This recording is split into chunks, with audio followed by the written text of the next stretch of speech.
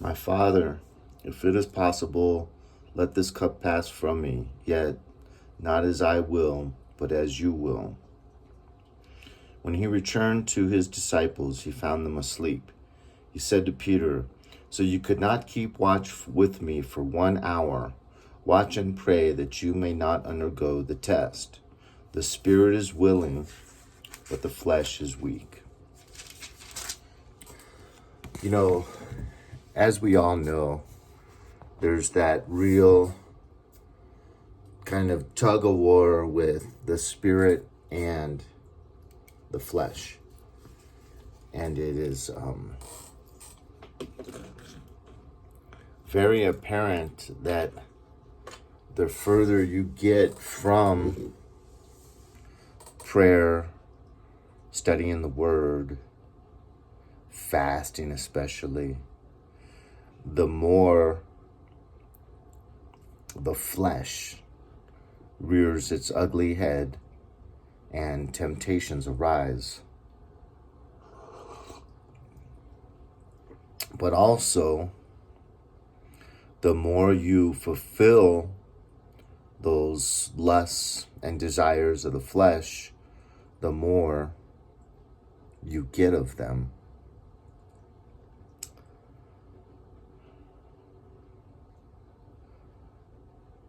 So let's say you see an advertisement of a girl on your phone while you're scrolling through YouTube that has got a curvy body, bodacious, they used to say, and you stop and you appreciate that woman's figure. Sometimes they'll show a woman in like a Sunday dress that has like the underwear embedded, and they'll lift up the dress, and so you just see, and they'll cut the head off. So it'll just be like from just above the knees to just below the chin, and it's like, it's totally objectifying a female body, But let's say you do stop because it's particularly a beautiful dress that catches your eye, or just the curves and the figure, and you stare at that for even just 2 or 3 seconds. You are more likely on the next ad, similar ad, or even later that day, walking down the street and seeing a girl that's revealing too much flesh and curves and whatnot, you're going to be more likely to sneak a peek. So it is frustrating, this constant battle, day to day, all the way until we die. Now, obviously, fleshly desires is not just, sexual in nature. There's food, that's a very fleshly desire. I can't tell you how many times I decide I'm going to fast for a particular day, and then all of a sudden, like maybe an hour after I decide, let's say I get up at 6, my alarm goes off at 6, and I decide, okay, I'm fasting today. It can literally be just an hour or two later. I'll be driving in my car, 7, 8 o'clock, and I'll get like a lightning rod, like this idea just implanted in my head. Let's get this breakfast. I haven't had this breakfast in so long, and, I've got the time, I can afford it. I'll just watch my money more later in the week. And it'll make me happy. I can read the news. I can take my dog there. It's like, oh gosh, what am I doing? I said I was going to fast today. So I'll block that idea out and go, no, I'm fasting. And then literally like sometimes 15, 20 minutes later, I'll have the same idea, but like a different restaurant or a different breakfast burrito. I love my breakfast burritos from Los Altos Tacos, you know, and I'll get happy, you know, and, yeah, that's perfect for right now. Oh yeah, I said I was gonna fast, you know, and it really is not my ideas. They're being implanted there because, you know, I usually don't even eat breakfast, even on days where I'm not thinking about fasting at all. You know, I usually will not eat breakfast. So how come on the day I decide to fast, I'm getting so elated over these ideas that are coming in my brain like a lightning rod and making me so happy about going to this restaurant or getting this fast food burrito or whatever.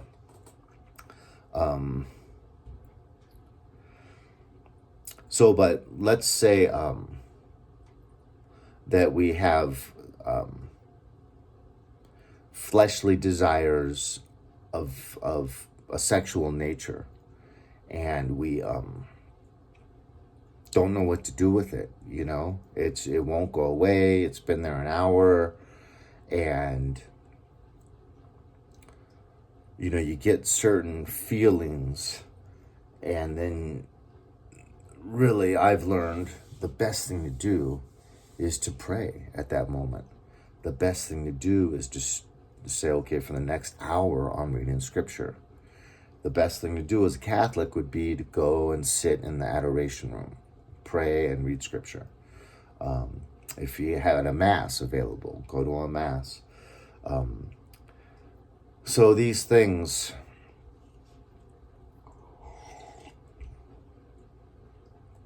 the spirit is willing, but the flesh is weak.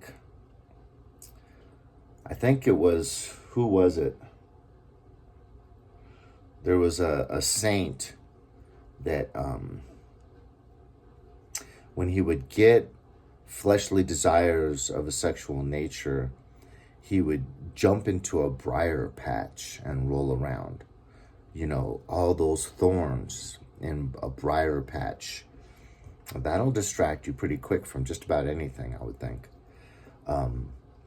But I think it's much easier to just open the Bible and start reading for an hour, or to say some prayers.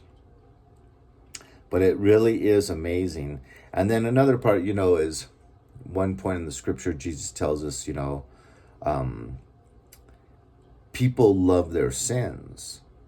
That's why they don't want to come out of the darkness and into the light, because they don't want their sins to be revealed, but also they don't want to give them up. And, you know, back when I was sexually active, fornicating, I would get much, much stronger fleshly desires of a sexual nature, to stare at pretty women, to think about the sex I had with someone the night before, you know, and just ruminate on it. And then think about what I want to do the next time I'm with this person. And, you know, and then you have those physical sensations coursing through your body like all day long.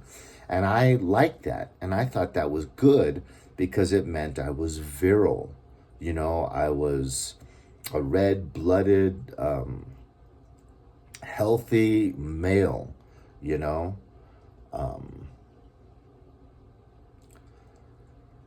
You know, gosh, as my relationship with Jesus changed me, because now when I get those desires, I'm just upset at myself, because what it says to me is, it says that the last 48 hours or so, I haven't been in the Word enough.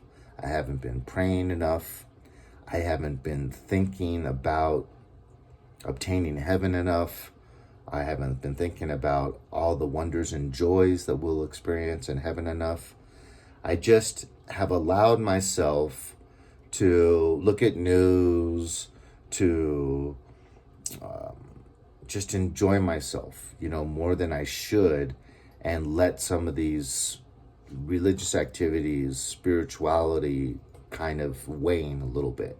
That's all it takes is, you know, about 2 days of not praying enough, not being in the Word enough, and you'll start to feel these fleshly desires coming up out of nowhere.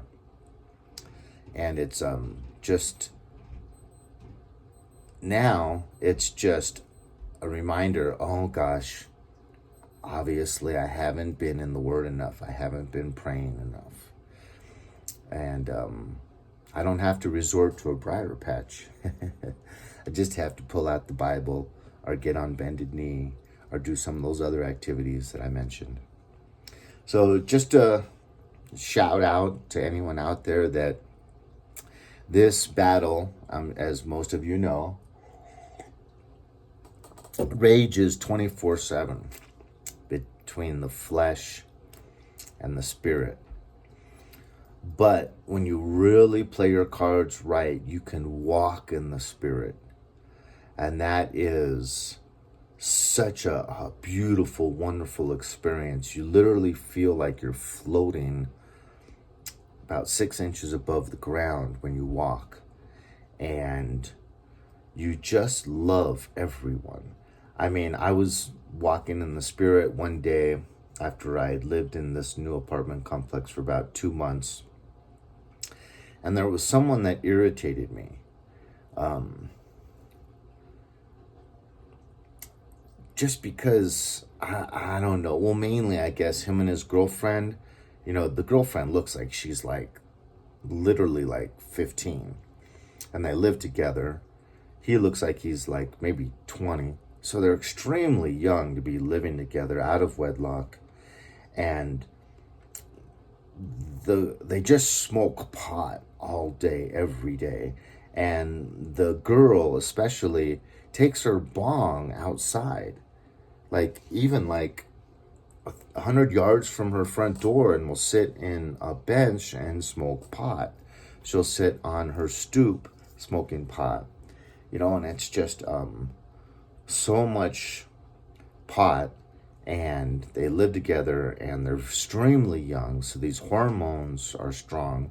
They're living in sin. And then one day I was in the parking lot and I was working on my motorcycle, and the guy swung his car into the parking stall so fast, and he literally, his front bumper missed on the side I was on my motorcycle.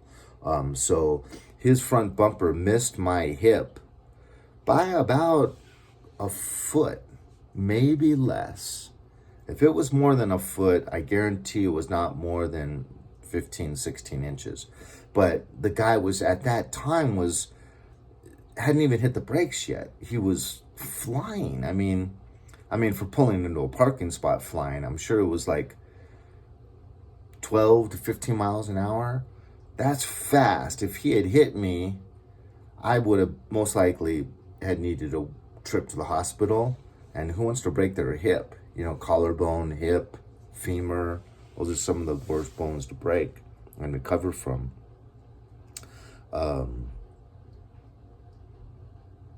So I was a little bit like disliking this person, and very indifferent towards my presence. You know, like most people like to say hi to, you know, and I was a new person in this complex, and I wasn't able to engage him in any small talk or, you know, pleasantries. And so I guess that also. But I saw this guy, and I was walking in the spirit, and it was after I'd lived here maybe 3 months, and I just couldn't help but be so loving towards him and just force him to engage in some pleasantries and small talk. And, you know, the guy was really kind of, he didn't know how to react, didn't know how to handle it, but he did pretty good. And then we would say hi when we'd pass each other for like the next 3 months. But it was usually me kind of initiating it. Now we're back to where we just kind of walk past each other, because it's kind of just too hard sometimes to, anyways. So walking in the spirit is the goal, I think, because it's literally like Jesus is so pronounced in your heart and in your mind that it's like he's literally interacting with you and talking with you almost all day long. And that is a wonderful, wonderful thing. But it can be also lost so easily. Like my Bible study, I at first go hiking with the rosary and my dog, and then I go to Mass, and then I go to Bible study. And by the time I get out of that Bible study, I've really invested in, a lot of times, about an hour in the adoration room first. So by the time I'm done with that Bible study, which is like an hour and 15 minutes, I've literally spent like 2.5 to 3 hours just in religious activities. And I look forward to that Wednesday morning. And after I leave that Bible study, sometimes I'm in the spirit. But it usually just lasts like 2 or 3 hours, where I'm kind of watching too much news on YouTube channels, running some errands, and, not meditating. You need to almost pray every minute, and keep that love affair and that closeness happening. Because if you just start listening to secular music or watching YouTube videos as you run your errands on the politics taking place, you will slowly kind of ebb and fall out of that real walking in the spirit where you're floating 6 inches above the ground. But there's some thoughts on that flesh spirit battle that we need to engage. And it is picking up our cross. And it is trying to rejoice in all circumstances. It is trying to pray constantly. And it requires all of these things to obtain that goal of walking in the Spirit. Just think about someone like Paul that spent the vast majority of his days totally enraptured in the Spirit and going about all of his chores and business completely wrapped in the Spirit. On a scale from 1 to 10 of being in the Spirit or in the flesh, I feel like I'm usually more in the Spirit. So I feel like I'm usually like a 6 or a 7 on a typical day. But you can dial it all the way up till 10 if you do all these different activities and just really, really go for it 100%. So here's for going for it 100%. God bless you. Hit like or dislike, leave a comment. Have a pleasant day. Share this video, and I'll talk to you later.